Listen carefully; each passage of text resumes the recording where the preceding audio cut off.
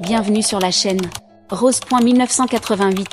Likez, abonnez-vous à la chaîne pour ne pas manquer les histoires intéressantes. Ma meilleure amie a secrètement mis de la MDMA dans ma boisson, puis elle a proposé à mon copain et moi-même un plan à 3. Mais ensuite, j'ai découvert qu'ils avaient organisé tout ça dans mon dos.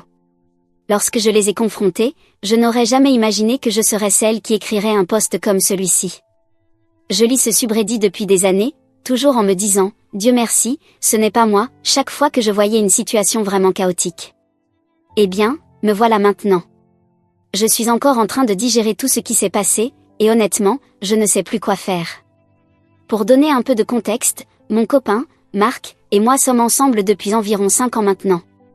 Nous nous sommes rencontrés lors de notre 2e année à l'université, à une fête de fraternité complètement stupide où ni l'un ni l'autre ne voulait vraiment être présent. Nous avons fini par nous installer dans un coin pour nous moquer des autres invités, et c'est ainsi que tout a commencé. Depuis ce jour-là, nous ne nous sommes plus quittés. Nous avons emménagé ensemble après l'obtention de notre diplôme et avons même évoqué l'idée de nous marier un jour, bien que nous ne soyons pas pressés. Notre relation est assez solide.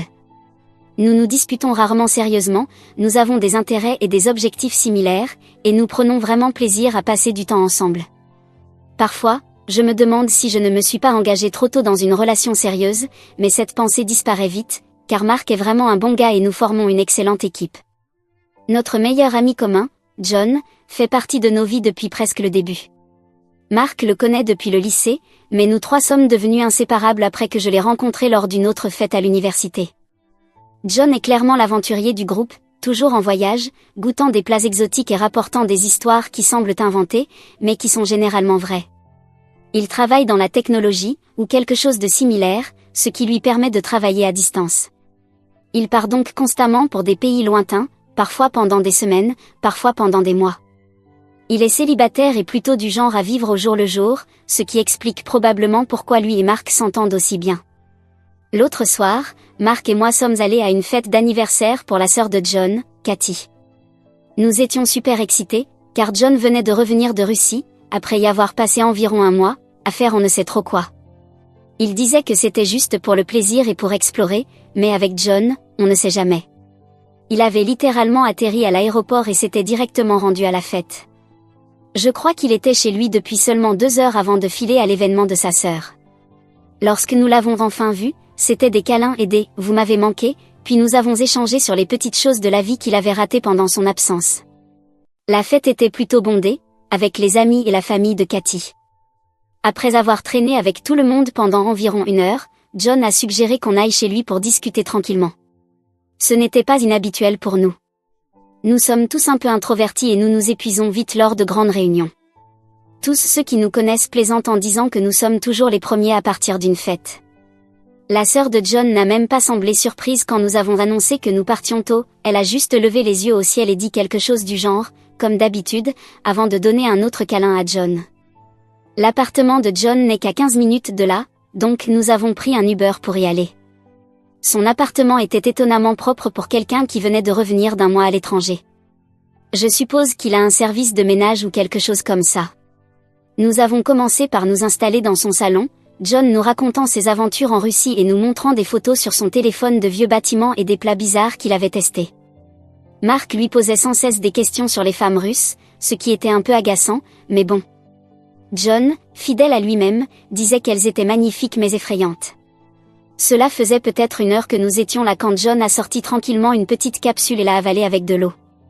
Marc lui a demandé ce que c'était, et John a répondu « Oh, c'est juste un stimulant à base de plantes que j'ai trouvé en Russie. C'est un booster d'énergie naturelle, ça m'aide avec le décalage horaire. » Il avait l'air complètement normal en disant cela, comme s'il prenait une simple vitamine. Puis, il nous en a proposé à chacun, très détendu, comme s'il nous offrait des bonbons.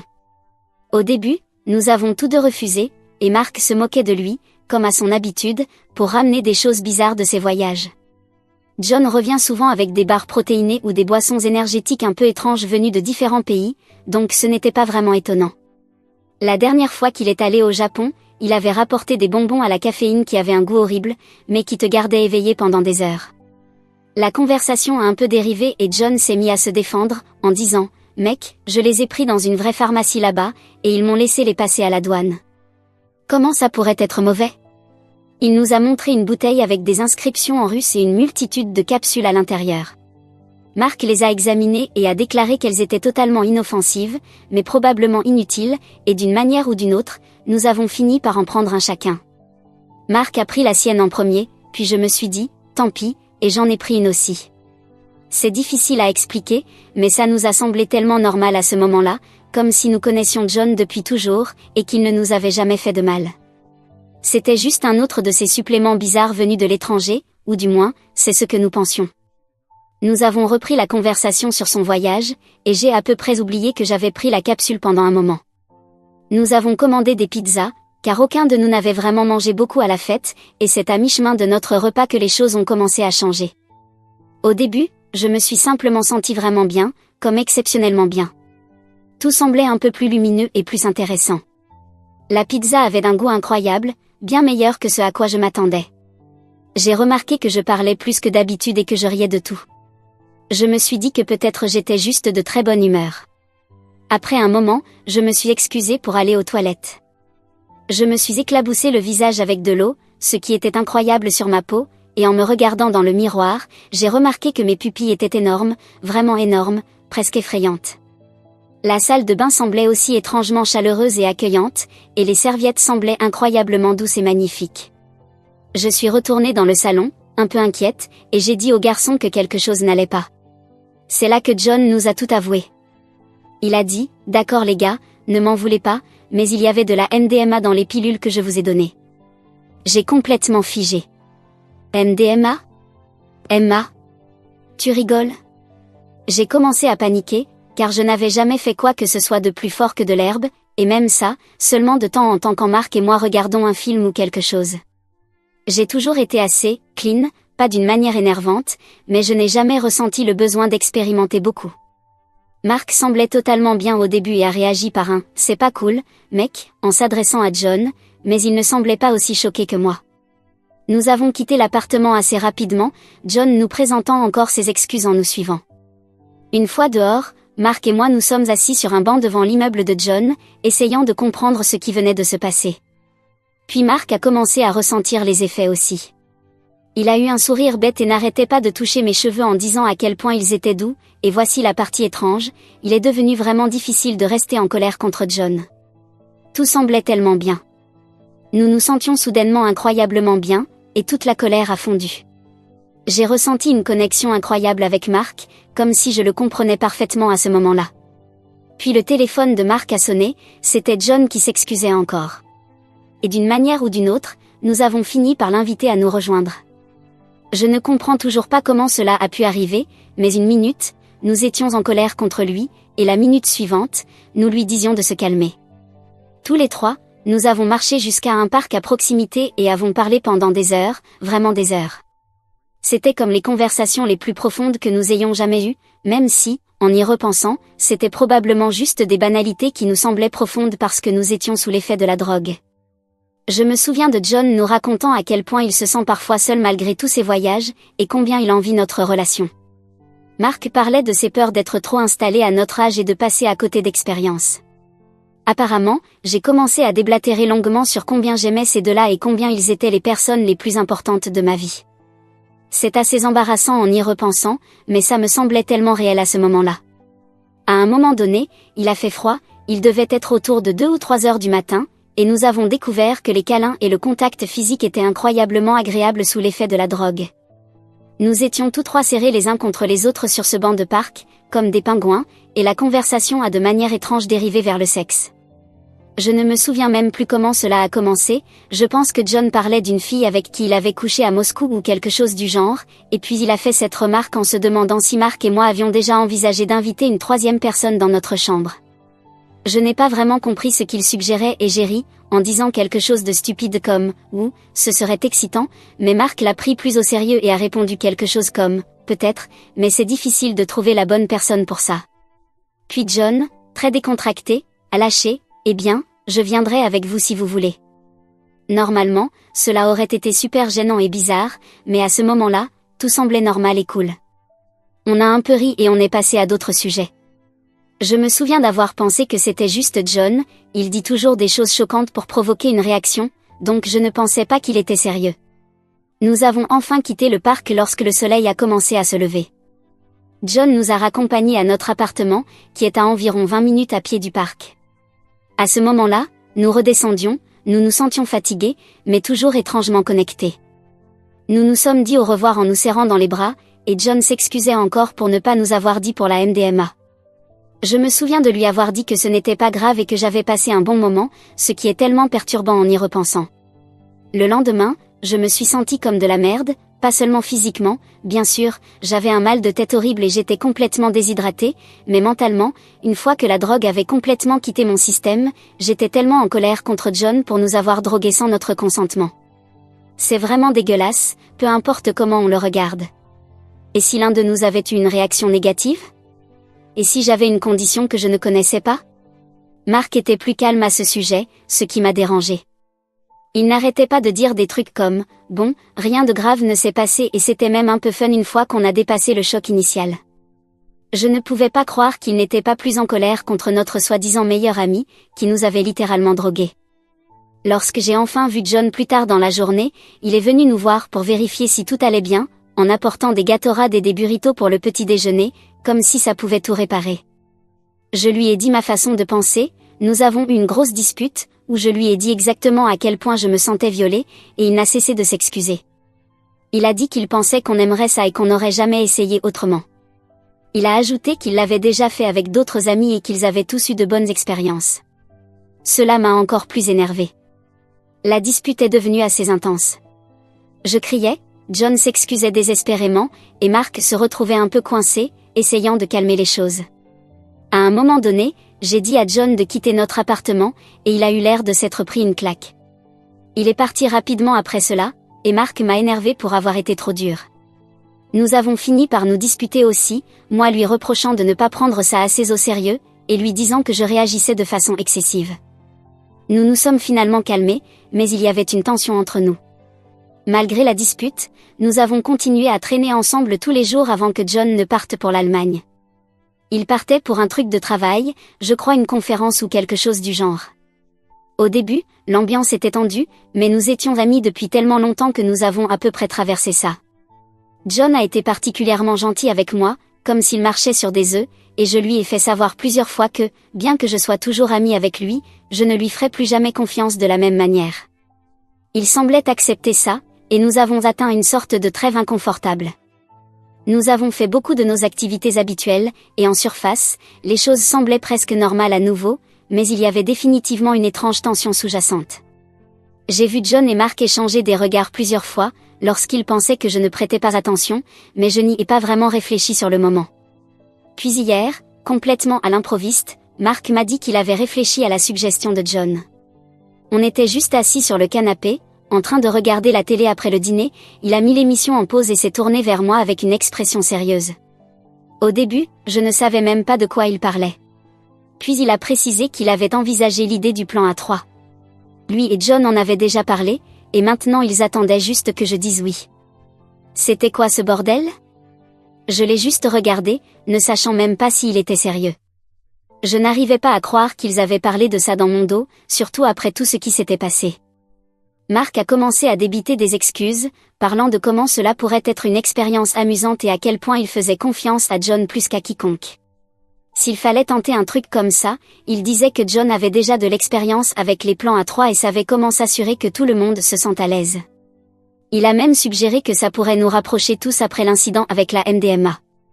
J'étais tellement choquée que je n'ai même pas pu formuler une réponse cohérente. Puis je devais partir pour le travail, j'étais déjà en retard, donc j'ai juste dit qu'on en parlerait quand je rentrerais. Mais toute la journée, j'ai trouvé des excuses pour ne pas rentrer chez moi, disant à Marc que je devais travailler tard, puis que je prenais un verre avec des collègues. Maintenant, je suis dans un café, en train d'écrire ça au lieu de lui faire face. Je ne sais pas quoi faire. D'un côté, je me suis engagée assez jeune dans une relation, et parfois je me demande si je passe à côté d'expérience. Avant Marc, je n'avais été avec que 2 autres gars, et aucune de ces relations n'était vraiment sérieuse. Et si jamais j'allais essayer quelque chose comme ça, ce serait logique de le faire avec quelqu'un en qui on a confiance, plutôt qu'un inconnu.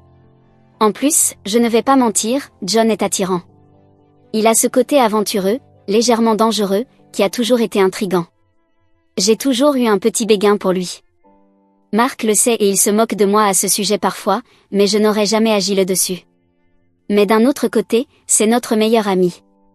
Et si ça rendait tout bizarre? Et je n'arrive toujours pas à passer outre le fait que tout ça a commencé parce que John nous a carrément drogués. Ça me semble être un énorme signal d'alarme que je ne devrais pas ignorer. Mais Marc semble étrangement peu dérangé par cet aspect, ce qui me fait me demander s'il était au courant à l'avance. Est-ce qu'ils ont planifié ça ensemble? Il n'a jamais mentionné vouloir essayer ce genre de choses avant, mais peut-être avait-il peur d'en parler. Je n'ai jamais été dans cette situation, et je n'ai aucune idée de ce qu'il faut faire. Tous les conseils sont les bienvenus. Pour vous mettre à jour, certains d'entre vous ont complètement mal compris ma relation avec Marc, mais bon, ce n'est pas comme si j'étais un paillasson comme certains l'ont suggéré. Et non, notre relation n'est pas évidemment toxique. 5 ans de moments principalement heureux ne deviennent pas soudainement toxiques à cause d'une situation merdique. Bref, beaucoup de choses se sont passées depuis mon premier post, donc je vais essayer de vous mettre à jour sur où j'en suis. Désolé d'avance pour la longueur, mais je pense que vous méritez d'être informés. Tout d'abord, je tiens à remercier tout le monde qui a pris le temps de me donner des conseils. Vous m'avez vraiment aidé à me sentir moins seule dans cette galère, et honnêtement, je n'avais personne d'autre à qui me confier. Je ne pouvais pas vraiment en parler avec mes amis habituels, du genre, ma meilleure amie m'a droguée, et maintenant elle et mon copain veulent qu'on ait un plan à 3. Ce n'est pas exactement une conversation de brunch. Donc, après avoir posté ça et lu la première vague de commentaires, j'ai réalisé que je devais prendre du temps pour réfléchir à ce que je voulais faire. J'étais toujours au café quand Marc a commencé à m'envoyer des textos, me demandant quand je serais rentrée. Je l'ai ignoré et j'ai envoyé un message à une collègue pour lui demander si je pouvais dormir chez elle. Heureusement, elle a dit oui sans poser trop de questions, bien que je lui ai donné une version très édulcorée des événements, juste que Marc et moi avions eu une dispute et que j'avais besoin d'espace. J'ai ignoré tous les appels et messages de Marc et de John.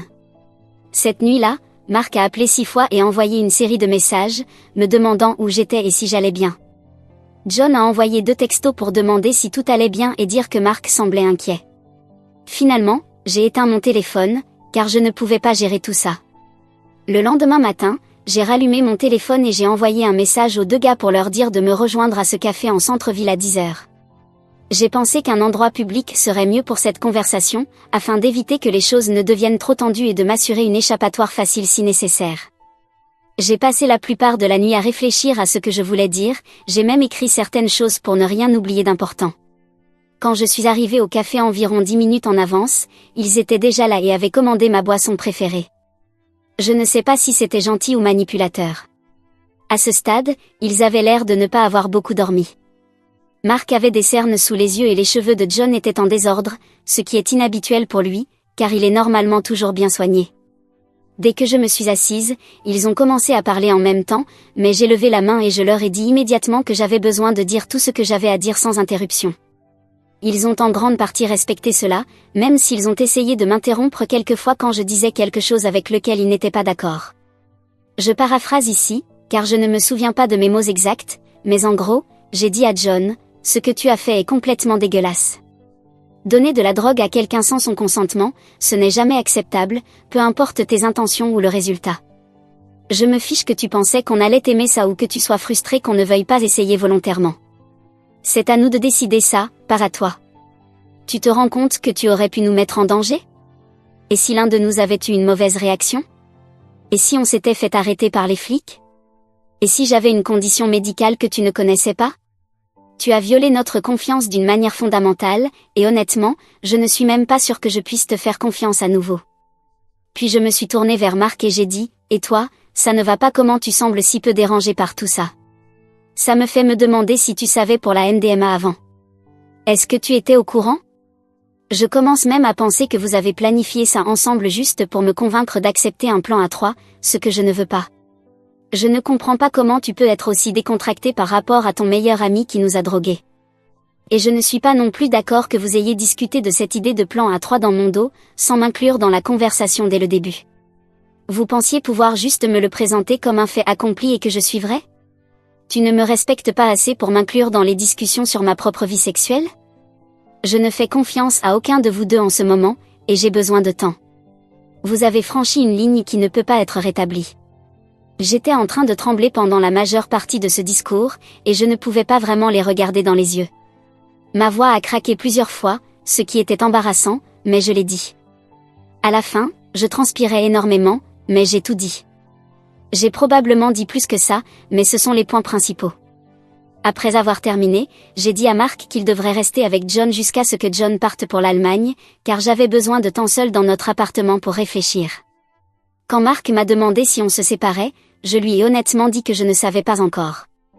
Leur réaction initiale était assez défensive. John n'arrêtait pas de dire des trucs comme « ce n'était pas si grave et tu as quand même apprécié », non, tandis que Mark insistait sur le fait que je réagissais de façon excessive et qu'il ne ferait jamais rien pour me blesser volontairement. Ça m'a encore plus énervé, ils n'écoutaient même pas ce que je disais sur le consentement et la confiance. Mais quand ils ont réalisé que je prenais ça très au sérieux, qu'il s'agissait de ma relation avec Mark et que je pourrais vraiment mettre fin à tout ça, ils ont changé d'attitude rapidement. John avait l'air de vouloir pleurer, en disant des trucs comme « oublie cette stupide idée de plan à 3.